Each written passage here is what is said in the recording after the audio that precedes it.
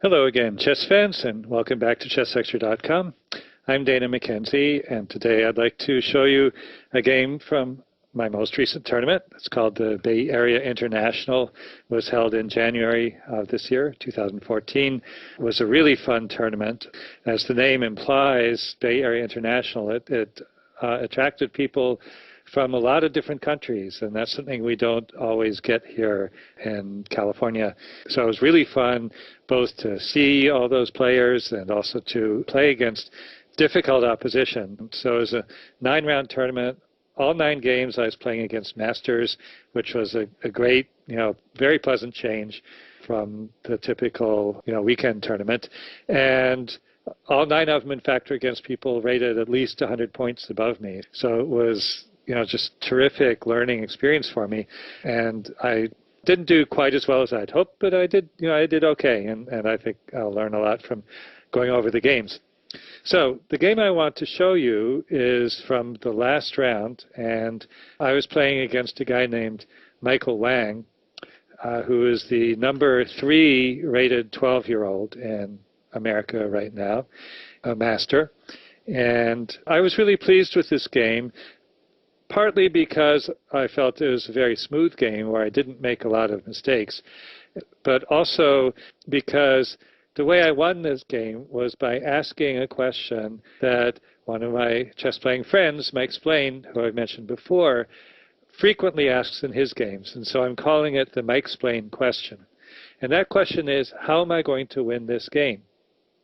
So the way this came up was not long ago we had a chess gathering where we were talking about ways of thinking and how do you make a plan in a position. And we were talking about what questions do you typically ask.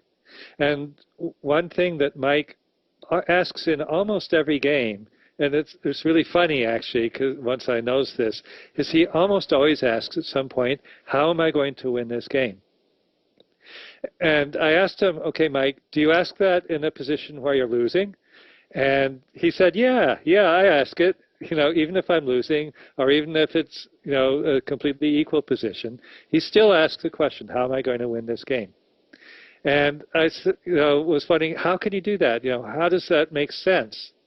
Well, the reason it makes sense, first of all, is that Mike is a very good player, and he is usually playing against people rated below him, and he wins most of those games, and so he has a track record. He knows that most of the time he's going to win these games, even if his position's inferior or even if it's equal.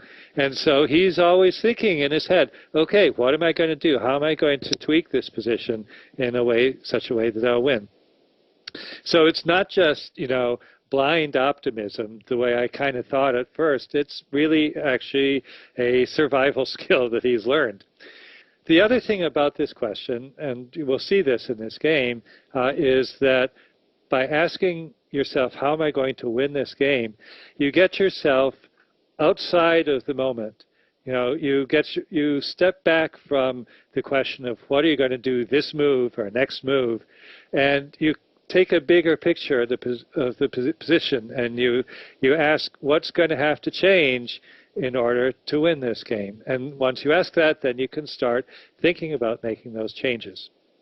So I felt that I won this game completely, almost 100%, because at a key moment in the game, I asked the Mike Splane question. And so I want to show you that. But let's start a little bit before that moment, just so you'll get kind of a feeling of what's going on in the game. So I'm black in this position. I've just played my 20th move, which was moving my queen to f6.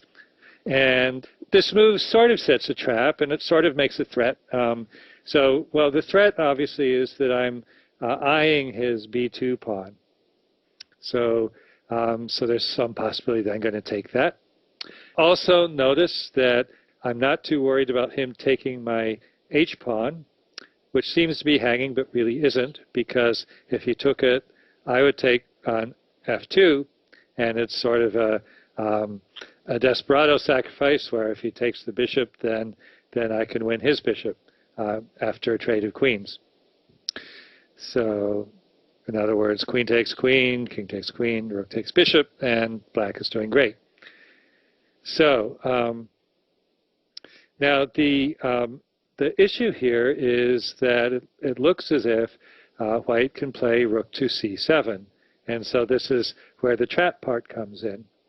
And in fact, this is the move that he played, because it looks like a very natural move. White's gotten all his pieces out, and he wants to continue improving the position, and this is certainly looks like an improvement, putting the rook on the 7th rank, eyeing the b pawn. What could possibly be wrong? And I'm sure that he probably thought he was trapping me, because he's inviting me to go ahead and take the b pawn, and if I do that, I think I would get a pretty bad position, because he plays queen to b4, and his queen is eyeing sensitive squares like b7 or d6. So I think that white will get a lot of play for his sacrificed pawn. And in fact, I didn't really even seriously think about take the b2 pawn. So instead, I played the move g5, and this was part of my trap. The point here is that white faces a choice. He's either got to go back to e3 or he's got to go back to g3. Now, if he goes to bishop to g3, then I'm going to play h5, and all of a sudden it's not white with the attack, it's black.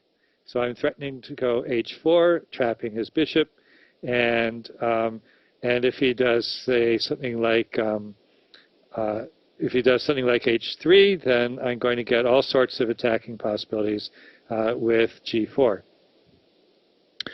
So I was very happy with the way that looked, and obviously he didn't like it, and so he played bishop to e3 instead. And now I spring part 2 of my trap, which is I play bishop to e5. And notice that I'm threatening his rook on c7, and I'm also threatening d4, which traps his bishop. So this is kind of cool. I'm winning material, and I kind of thought that I was winning the game at this point. A little bit of perhaps premature optimism, as it turns out. So Wang at this point plays a really good move, and I'm very impressed with this. In fact, most of the way he played in the game was pretty good. So he plays bishop to g6. So now I had been more worried about rook takes pawn, and of course then I played d4, but he can definitely get some play for the bishop. Like he could go queen to e7, pawn takes bishop, queen takes pawn, and actually let me just correct that. Yeah, I'll tell you what I was worried about now that I look at the position, is that after d4 I was really worried about bishop takes bishop, which loosens up my king side, and then queen e2, pawn takes bishop, queen takes pawn, and looks like I got some real problems here with the bishop hanging and the e-pawn behind it. But actually I think I'm okay here, because black plays rook to f8, and I got counter pressure against the f2 pawn, and so his queen can never actually leave e3, because he's going to get mated. So actually that's not so bad for black. That's pretty good. So in fact, I think that Wang did the right thing by, instead of going for giving up the piece for 2 pawns, he plays bishop to b6 instead, sacrificing the exchange. And he gets a lot of counterplay for it. In fact, after bishop takes rook, bishop takes bishop, I was surprised to see that the computer gives white complete equality, complete counterplay for the exchange sack, which I definitely didn't realize during the game. During the game, I thought, okay, I won the exchange, I should be winning. But as we're going to see, it's not so simple. So I played queen to e7, because, of course, he was threatening to go bishop to e5, which would skewer the queen and rook and win back the exchange. So, so I played queen e7. He plays bishop e5. I go rook to h7. And now he makes a little bit of a mistake. So I told you that Rybka actually thinks white has complete equality. So the fact that Wang lost the game means he must have made some other mistake. And this is where he starts going wrong. The move he played was d4. the move I thought he should have played was queen to c3. And basically, he's loading up on the dark squares, and he's threatening to go bishop to f6. And I did not like this idea one bit, because if he gets his bishop to f6, then my rook on h7 is just looking really pathetic. It's basically a prisoner. So my intention, if he had played queen c3, was that I was probably going to play f5. But this is a very risky move, and in fact, turns out it would have been wrong. He plays bishop f6, I go queen to d7, he goes queen to d4, and now all of a sudden he's got some nasty threats. He's threatening to go rook takes bishop, which either wins the bishop, or if I take it, then it's going to win the queen because of bishop takes d5. So he's got all this pressure on my position. And, I can kind of delay things a little bit. I can play rook to c8, so that if he plays rook takes bishop, then I'll checkmate him on the back rank. But here, he actually can play a very strong move that I had completely overlooked during the game, which is h4, which not only gets him out of the back rank mate, it also starts putting pressure on a new weakness, which is the pawn on g5. So the upshot of this is, I think that white has complete compensation, maybe even more than compensation for the exchange. And f5 would have been a really risky move to play. And in fact, the computer suggests something more sensible, like rook to c8. But still, I'm going to have a problem of the dark squares being very weak and the rook on h7 being very restricted. Okay, so queen c3, probably better idea for white, but instead he played d4. And I understand his thinking here. He wanted to activate this bishop. He'd like to bring it to c2 and win my rook. But the problem with d4, and this is very instructive, is that it starts hemming in his bishop on e5. Now he's so impressed with this bishop, the strength of this bishop, that he kind of doesn't even realize that he's starting to take away from its power by playing a move like d4. And in fact, I once gave a lecture called The Smug Bishop, which you might want to look up. And this bishop is going to be a classic example of a smug bishop. He's got this beautiful active position, but he ends up not being able to do anything. So I'll talk about this more as we go on. Anyway, d4 was the move. This is a mistake. I played f5, also probably a mistake. The computer likes f6 better. And the point is to kind of keep black's weaknesses on the king's side a little bit less weak, so to speak. But anyway, I played f5, trying to block that diagonal, block the white square's bishop. And now he plays another misguided move, which is, which is f4. So, and again, I understand the move. He's trying to create a flight square for his king, so he doesn't have to worry about any of those back rank mate threats. But a better way to do it would have been h4, because it gives the bishop more chance to more mobility, more chance to retreat if he needs to. So anyway, f4 was played. I was very glad to see this move. I sensed right away that this was going to be something he was going to regret, because after g4, this bishop is now turned into a tall pawn. It's got no moves. So I have to say my opponent, 12-year-old opponent here, showed perhaps a little bit of his youth here, because he thinks that bishop is a great piece. I know better, and I think this is something that really you would learn through experience.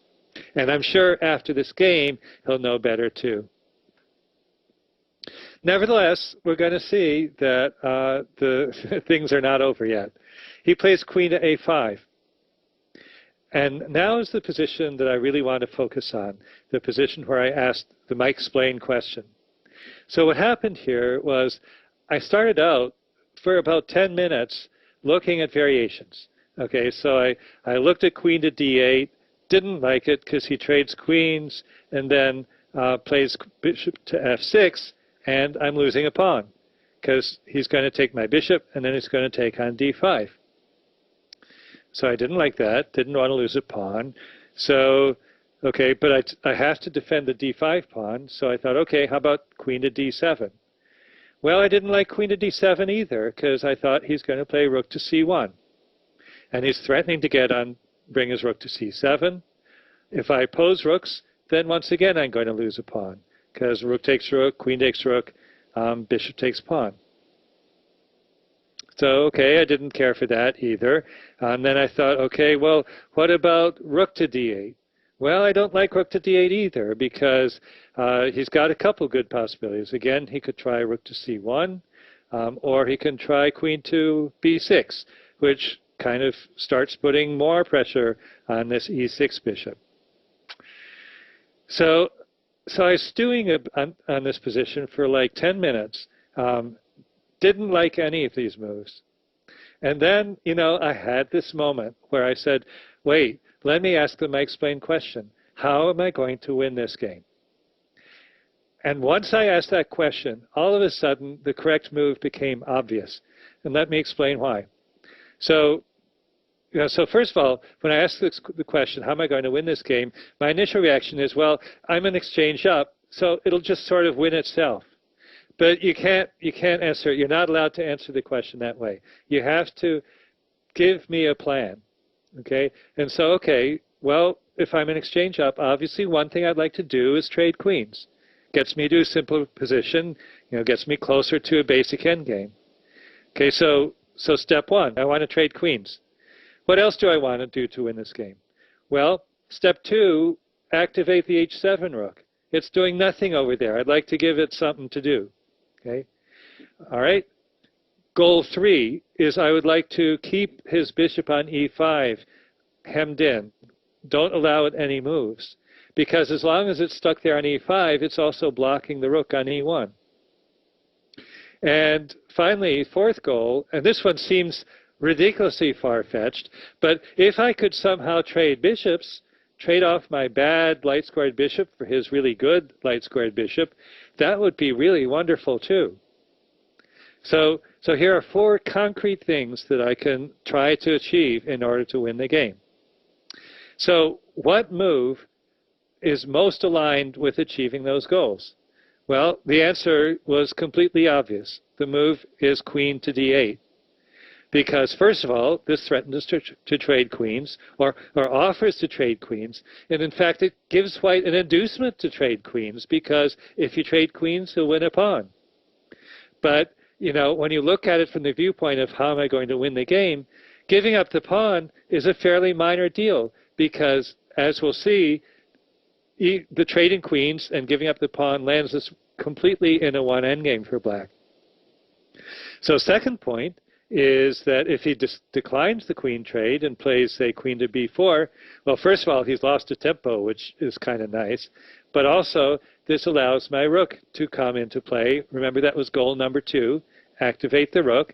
And this is also consistent with my goal of keeping his bishop from playing any moves. So once again, I'm happy even if he declines the queen trade.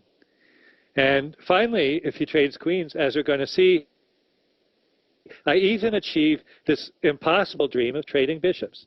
So let's see what happened. He goes queen takes queen. I go rook takes queen. He goes bishop to f6. Of course, I'm expecting all this. I go rook to d6. Then he goes rook takes bishop, which seems like an incredibly powerful move. Looks as if I've just walked right into his trap. I go rook takes rook, and he goes bishop takes pawn. So yay, he's won a pawn, okay? But I go king to f7, and he plays bishop to e5. He doesn't have to race to win the exchange yet, so he brings the bishop back to where it's protected and to where it looks strong. I play b5, because one thing I did not want to do in this position, I didn't want to tempt him to take that pawn and play with the two bishops against the two rooks. Because actually, I was a little bit worried about that. The two bishops are awfully strong, and that passed pawn on d4 is pretty strong too. So I didn't want to give him any inducement to play that. So I played b5. He goes king f2, and now I go king e7. So now I've unpinned the rook, and so he better take it now, or else he won't get another chance. And so sure enough, he plays bishop takes rook. I go king takes bishop, and we get to the position that I saw, back 7 moves ago when I asked the Mike Splane question. And the key thing to realize is that this is a totally winning endgame for black. Why is it completely winning? Because of this smug bishop on e5. So remember I talked about that earlier. So the smug bishop is a bishop that thinks it's well posted. He thinks it's outside the pawn chain, and so it's a great bishop. But in fact, it's got nothing to do. Okay? And the key thing is that it cannot protect any of the pawns in white's position because it can't retreat. It's got these pawns on d4 and f4 in its way. So he plays king g3, I go king d5, and this sets up the blockade. His bishop can never get back, is basically denied access to half of the board, the defensive half. And yeah, it looks good, but it's got nothing to attack over here on my side of the board. Well, he does have one thing to attack, I should say. He goes king h4, and obviously his idea is to try to attack my weak pawn on h6. Okay, so that's the one weakness in my position. But all I have to do is activate my rook. Remember, that was also one of my objectives way back when. All I need to do is get the rook on the c file. So how am I going to do that? Well, it's a little bit roundabout, but I'm going to go rook to b7, rook to b6, and rook to c6. And then I'll have my rook active. Okay, so that's what I do. Rook b7, king h5, rook b6. It's also convenient that that defends the h-pawn. And now he plays bishop to g7, because he's trying to go for the h-pawn. And I say, go ahead, take the h-pawn, because I got the c file, which matters a whole lot more than the h-pawn. Okay, now at this point, he makes what might be, you might consider a slight mistake. He goes ahead and takes the pawn. He's completely lost anyway. Maybe h3 would put up a better fight, but not really, because I go rook c2 anyway, and if he goes pawn takes pawn, I'll just take the g-pawn. And in spite of his efforts to create a passed pawn, it's actually me that's getting the passed pawn. So he can't go pawn takes pawn because I get his bishop. And if he plays, say, king takes pawn, then I can take his pawn either way. Maybe this simplest way is just to go rook takes pawn. And now his bishop is stuck, his king is stuck. I'm just going to take his queenside pawns and win the game. And notice, by the way, that I'm very glad he has a pawn on d4. So that's his extra pawn, but actually it's almost as good as a pawn for me. It's like a traitor to white because it keeps his bishop from defending the queenside. Okay, anyway, so he didn't do that. He played bishop takes pawn instead. And now the one thing that black should not do here is play king takes pawn. Because as I told you, that's his traitor pawn. If I do that, he plays check and gets his bishop back into the defense. So I don't do that. I leave the pawn on d4. Instead, I go rook to c7, and now it's just all over. He goes king g5, I go rook takes pawn. He goes king takes pawn, I go rook takes pawn. And once again, he comes to the realization that basically he's got to either give up the bishop or he's got to let me queen my pawn. And either way, it's hopeless, and so he resigned here. So I hope you enjoyed this game, and as I said, the main lesson from this game is the Mike Splane question. So that one position where I was struggling to find the right move, I burned up 10 minutes of my time, and then once I asked the Mike Splane question, how am I going to win this game? All of a sudden the position became easy, and my move was obvious, and the rest of the game just went exactly like I planned. So I think that's the main lesson. There's some other interesting lessons here, particularly about the smug bishop and the fact that if you have a bishop that's on the same color of the pawns, even if it's outside the pawn chain, it still can be a bad piece because it can't get back and defend if it needs to. So for ChessLecture.com, this is Dana Mackenzie signing out.